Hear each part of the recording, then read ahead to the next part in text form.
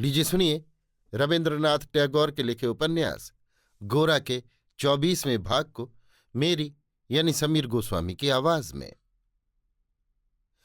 ये निश्चय हुआ कि अंग्रेज कवि ड्राइडन की संगीत विषय के कविता को विनय रंगमंच पर भाव अभिव्यक्ति के साथ पढ़ेगा और लड़कियां स्टेज पर उपयुक्त साज सज्जा के साथ उपस्थित होकर कविता के विषय का मूक अभिनय करेंगी।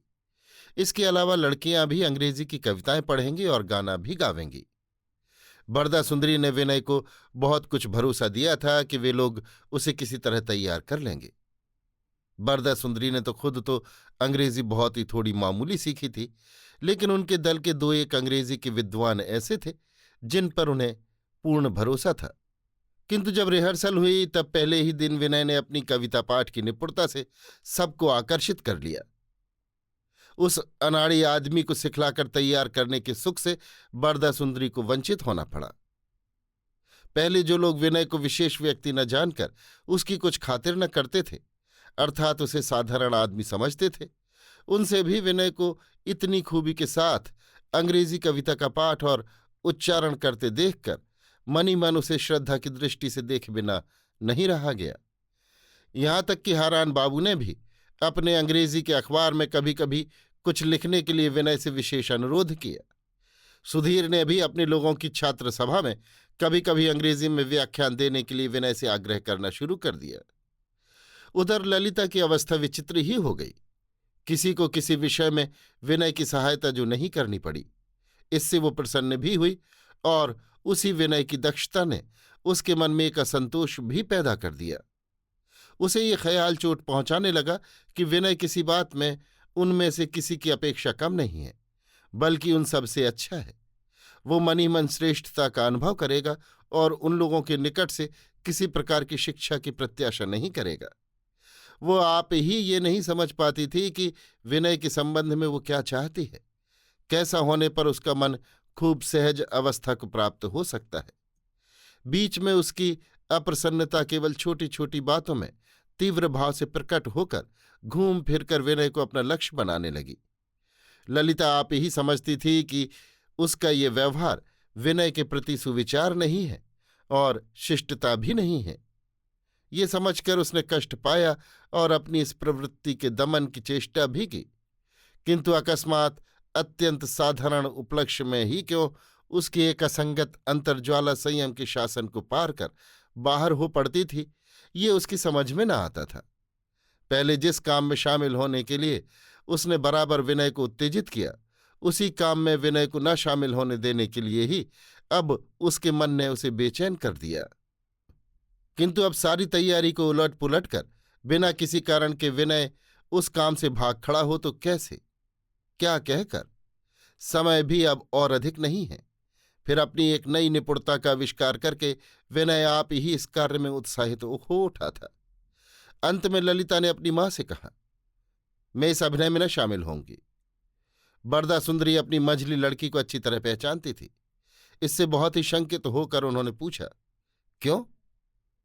ललिता, मुझसे नहीं हो सकेगा। असल में जब से विनय को अनाड़ी समझने का उपाय नहीं रहा, तभी से ललिता विनय के सामने किसी तरह कविता की आवृत्ति अभिनय का अभ्यास करना नहीं चाहती थी। वो कहती थी, मैं अपने अलग ही अभ्यास करूंगी। इससे सबके अभ्यास में बाधा पड़ती थी, किंतु ललिता को किसी तरह राजी नहीं किया जा सका। अंत को हार मानकर रिहर्सल में ललिता के बिना ही काम चलाना पड़ा। किंतु जब कुछ दिन बाकी रहने पर ललिता ने एकदम अलग हो जाना चाहा, तब बरदा सुंदरी के सिर पर जैसे वज्रपात हो गया। वो जानती थी कि वो ललिता की इस नाही का प्रतिकार नहीं कर सकती। तब वो परेश बाबू की शरण में गई। परेश बाबू साधारण बातों में कभी अपनी लड़कियों की इच्छा अनिच्छा में हस्तक्षेप नहीं करते थे, किंतु मजिस्ट्रेट से वे लोग वादा कर चुके थे। उसी के अनुसार उधर भी तैयारी हो चुकी है। इधर समय भी बहुत ही थोड़ा है। ये सब सोच विचार कर परेश बाबू ने ललिता को बुलाया। उसके सिर पर हाथ रखकर उन्होंने कहा, ललिते, अब तुम इससे अलग हो जाओगी तो अन्याय होगा। ललिता ने रोदन रुद्ध कंठ से कहा, बाबूजी, मुझसे ये नहीं हो सकता। मैं अभिनय में अपना काम अच्छी तरह न कर पाऊंगी। परेश ने कहा, तुम अच्छी तरह न कर पाओगी तो उसमें तुम्हारा कुछ दोष न होगा, किंतु ना करने से अन्याय होगा। ललिता सर झुकाए खड़ी रही। परेश बाबू ने कहा, बेटी, जब तुमने इस काम का भार अपने ऊपर लिया है तब तुम्हें ये काम पूरा करना ही होगा। पीछे अहंकार को चोट पहुंचेगी, ये ख्याल करके भाग खड़े होने का तो अब समय नहीं है।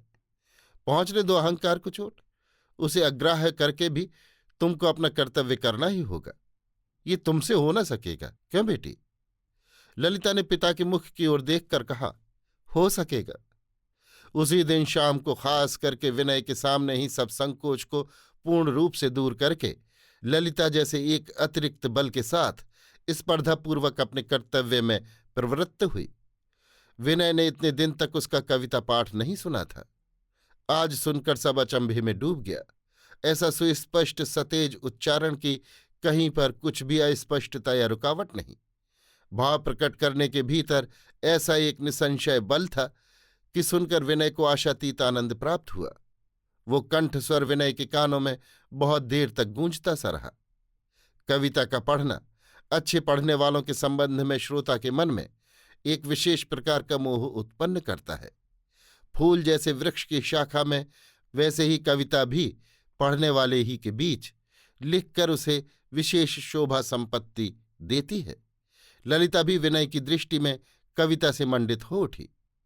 ललिता ने इतने दिन तक अपनी तीव्रता के द्वारा विनय को निरंतर उत्तेजित ही कर रखा था। जहां पर व्यथा है केवल उसी जगह जैसे हाथ पड़ता है, वैसे ही विनय भी इधर कई दिन ललिता के उष्ण वचन और तीक्ष्ण हास्य के सिवा और कुछ सोच ही नहीं सका था। उसे बारंबार यही आलोचना करनी पड़ती थी कि ललिता ने क्यों ऐसा किया, क्यों ऐसी बात कही। ललिता के असंतोष के रहस्य को जितना ही वो खोल नहीं सका, उतना ही ललिता की चिंता ने उसके मन पर अधिकार जमाया। एकाएक सवेरे के समय नींद से जागकर वही ख्याल उसके मन में आया। परेश बाबू के घर अनेक समय नित्य ही उसके मन में ये तर्कणा उत्पन्न हुई कि आज ललिता कैसे भाव में देखी जाएगी। जिस दिन ललिता ने लेश भर भी प्रसन्नता प्रकट की है, उस दिन विनय की जैसे जान में जान आई, और यही सोचता रहा है कि क्या करने से उसका ये भाव सदा बना रह सकता है। किंतु आज तक ऐसा कोई उपाय उसे ढूंढे नहीं मिला कि जो उसके हाथ में हो। इन कई दिनों के इस मानसिक हलचल के बाद ललिता के कविता पाठ के माधुर्य ने विनय को विशेष करके प्रबल भाव से विचलित किया। उसे वो इतना भला लगा कि उसे प्रशंसा के लिए शब्द ढूंढना कठिन हो गया। ललिता के मुंह पर भला या बुरा कुछ भी कहने का उसे साहस नहीं हुआ, क्योंकि अच्छा कहने से प्रसन्न होने का जो मनुष्य चरित्र का साधारण नियम है, वो ललिता के संबंध में भी घटिया हो सकता है। यहां तक कि शायद साधारण नियम होने के कारण ही नाघटित होगा। यही सोचकर इसी कारण से विनय अपने मन के वेग को न रोककर बरदा सुंदरी के पास गया और उनके आगे ललिता की इस क्षमता पर निरंतर प्रशंसा के फूल बरसाने लगा। इससे विनय की विद्या और बुद्धि पर बरदा सुंदरी की श्रद्धा और भी दृढ़ हो गई। और एक अद्भुत घटना देखी गई। ललिता ने जब स्वयं अनुभव किया कि उसकी कविता पढ़ना और अभिनय अच्छा हुआ है, सुगठित नाव जैसे नदी की लहरों पर अनायास चली जाती है, वैसे ही वो भी जब खूबी के साथ अपने कर्तव्य की कठिनाई के ऊपर चली गई, तभी विनय के संबंध में उसकी तीव्रता भी दूर हो गई। फिर तो विनय को अभिनय से अलग करने के लिए उसकी जरा भी इच्छा नहीं रही। अब इस कार्य में उसका उत्साह बढ़ गया और रिहर्सल के काम में विनय के साथ उसका मेल घनिष्ठ हुआ। यहाँ तक कि कविता की आवृत्ति अथवा और किसी बात के बारे में विनय से सलाह या उपदेश लेने में भी उसे कुछ भी आपत्ति नहीं रही। ललिता के इस परिवर्तन से विनय की छाती पर से जैसे एक बड़े भारी पत्थर का बोझ हट गया। उससे इतना अधिक आनंद हुआ कि वो तब आनंदमयी के पास जाकर बालक की तरह लड़कपन करने लगा। सुचरिता के पास बैठकर बहुत सी बातें बकने के लिए विनय के मन में अनेक बातें जमा होने लगी, किंतु आजकल सुचरिता उसे देखने ही को नहीं मिलती। उसके दर्शन ही दुर्लभ हैं। मौका पाते ही वो ललिता के साथ बातचीत करने को बैठता था, किंतु ललिता के सामने उसे विशेष सावधान होकर ही बात मुंह से निकालनी पड़ती थी। विनय जानता था कि ललिता मन ही मन उसका और उसकी बातों का विचार तीक्ष्ण भाव से करती है। इसी कारण ललिता के सामने उसकी बातों के धारा प्रवाह में स्वाभाविक वेग नहीं रहता था। ललिता बीच बीच में उससे कहती थी, आप तो जैसे किताब से रटकर ये बातें कह रहे हैं, इस तरह क्यों बोलते हैं? विनय इसके जवाब में कहता था, मैं इतनी अवस्था तक किताबें ही रटता आया हूं, इसी से मेरा मन छपी हुई किताबों के समान हो गया है। ललिता कहती थी, आप खूब अच्छी तरह संभाल कर बनाकर बात करने की कोशिश न किया करें, अपने मन की बात ठीक तौर से कह जाया करें। आप इस तरह खूबी के साथ अलंकारिक भाषा में कहते हैं कि मुझे संदेह होता है आप किसी की बातें सोच समझकर बनाकर कहते हैं। यही कारण था कि स्वाभाविक क्षमता के कारण कोई बात खूब सजावट के साथ अगर विनय के मन में आती थी तो उसे भी ललिता के सामने कहते समय चेष्टा करके विनय को वो बात सीधी सादी भाषा में संक्षेप के साथ कहनी पड़ती थी। कोई अलंकारिक बात उसकी जबान पर अगर अकस्मात आ जाती थी तो वो लज्जित हो जाता था। ललिता के मन के भीतर जैसे एक व्यर्थ का मेघ हट गया और उसका हृदय निर्मल उज्ज्वल हो उठा। बरदा सुंदरी भी उसका ये परिवर्तन देखकर विस्मित हो गई। वो अब पहले की तरह बात बात में आपत्ति प्रकट करके विमुख नहीं हो बैठती, सब कामों में उत्साह के साथ शरीक होती है। आगामी अभिनय के साज और सजावट वगैरह सभी बातों के बारे में उसके मन में नित्य नाना प्रकार की नई नई कल्पनाएं पैदा होने लगीं। उन्हीं कल्पनाओं को लेकर उसने सबकी नाक में दम कर दिया। इस बारे में बरदा सुंदरी का उत्साह चाहे जितना अधिक हो, वो खर्च की बात भी सोचती हैं। इसी कारण ललिता जब अभिनय की ओर से विमुख थी तब भी जैसे उनकी उत्कंठा का कारण उपस्थित हुआ था, वैसे ही अब उसकी उत्साहित अवस्था में भी उनके जी को संकट उपस्थित हुआ। किंतु ललिता की उत्तेजित कल्पना वृत्ति को चोट पहुंचाने का भी साहस नहीं होता। जिस काम में वो उत्साह दिखाती है उस काम में कहीं लेश मात्र भी असंपूर्णता घटित होने से वो एकदम उदास हो बैठती है। उसमें शरीक होना ही उसके लिए असंभव हो उठता है। ललिता अपने मन की इस बढ़ी हुई अवस्था में सुचरिता के निकट अनेक बार व्यग्र हो गई है। सुचरिता हंसी है, बातें भी की हैं, किंतु ललिता ने उसके भीतर बारंबार ऐसी एक बाधा का अनुभव किया है कि वो मन ही मन नाराज होकर वहां से लौट आई है। एक दिन उसने परेश बाबू के पास जाकर कहा, बाबूजी, सुची दीदी एक किनारे बैठे बैठी किताबें पढ़ें और हम लोग अभिनय करने जाएं, ये ना होगा, उनको भी हमारा साथ देना होगा। परेश बाबू भी इधर कई दिन से सोचते थे कि सुचरिता अपनी साथियों से जैसे कुछ दूर होती जा रही है। ऐसी अवस्था सुचरिता के लिए स्वास्थ्यकर नहीं, ये जानकर उन्हें एक आशंका सी हो रही थी। ललिता की बात सुनकर उन्हें आज जान पड़ा, आमोद प्रमोद में सबके साथ सम्मिलित न हो सकने से सुचरिता का ये अलगाव का भाव प्रश्रय पाकर बढ़ जाएगा। परेश बाबू ने ललिता से कहा, अपनी माँ से कहो। ललिता ने कहा, माँ से तो मैं कहूंगी, मगर सुची दीदी को राजी करने का भार आपको लेना पड़ेगा।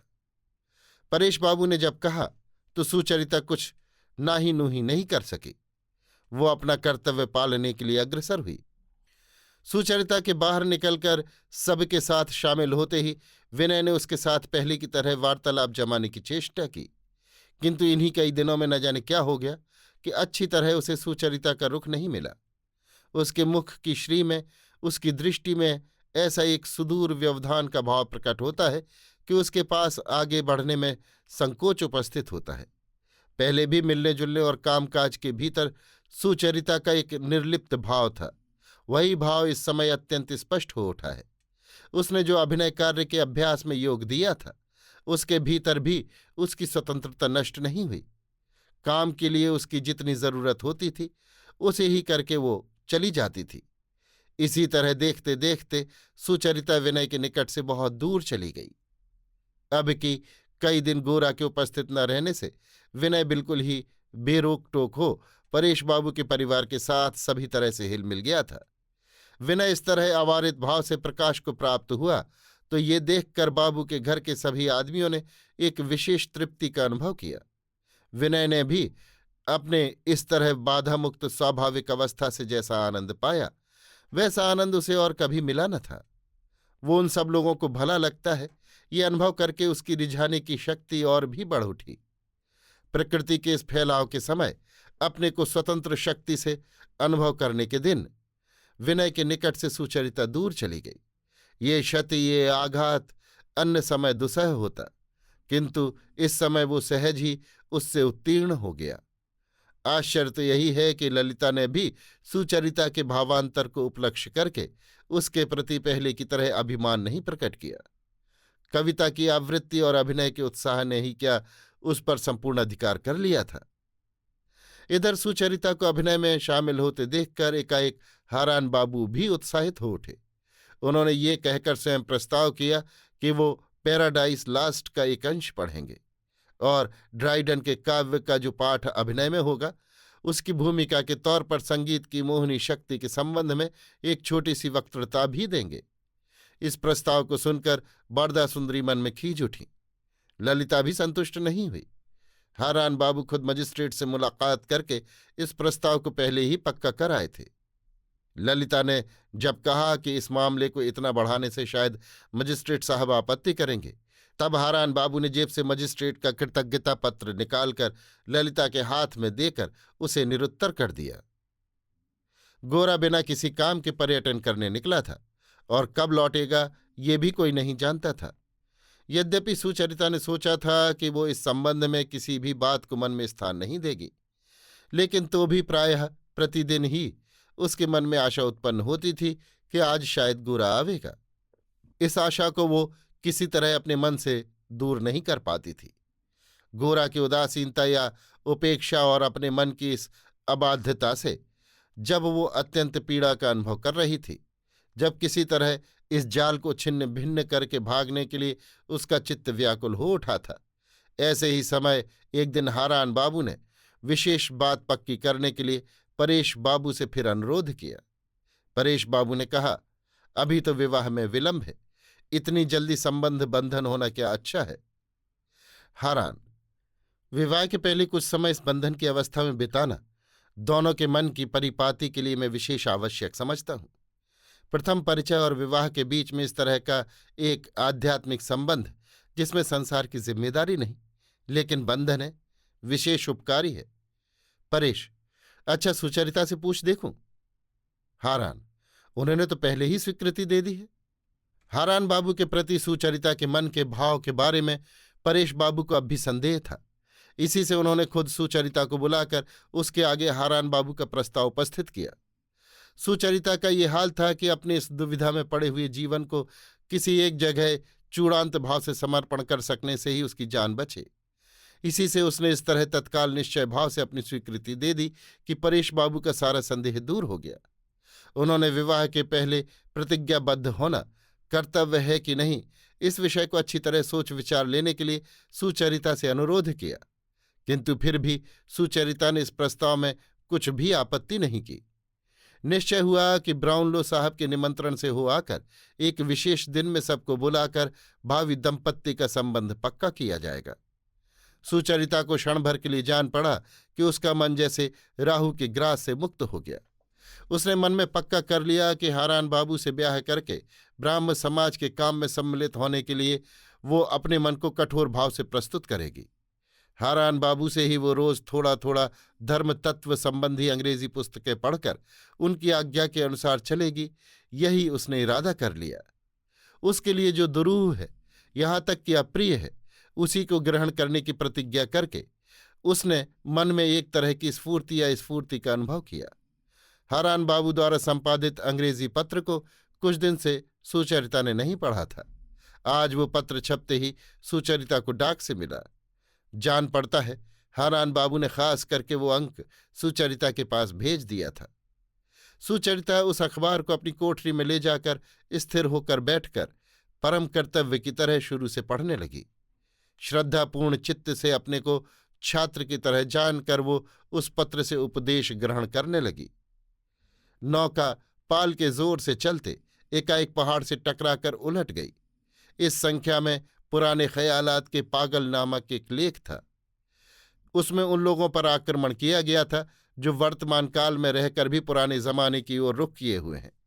ये बात नहीं कि उस लेख की युक्तियां असंगत हों, बल्कि असल में सुचरिता ऐसी युक्तियों की खोज में थी। किंतु वो लेख पढ़ते ही विदित हो गया कि इस आक्रमण का लक्ष्य एकमात्र गोरा पर ही है, मगर उसका नाम नहीं था, न उसके लिखे किसी लेख का ही उल्लेख था। सैनिक जैसे बंदूक की हर गोली से एक एक मनुष्य की हत्या करके खुश होता है, वैसे ही उस लेख के प्रत्येक वाक्य से कोई एक सजीव पदार्थ मानो छेदा जा रहा है और मानो उससे एक हिंसा का आनंद व्यक्त होता है।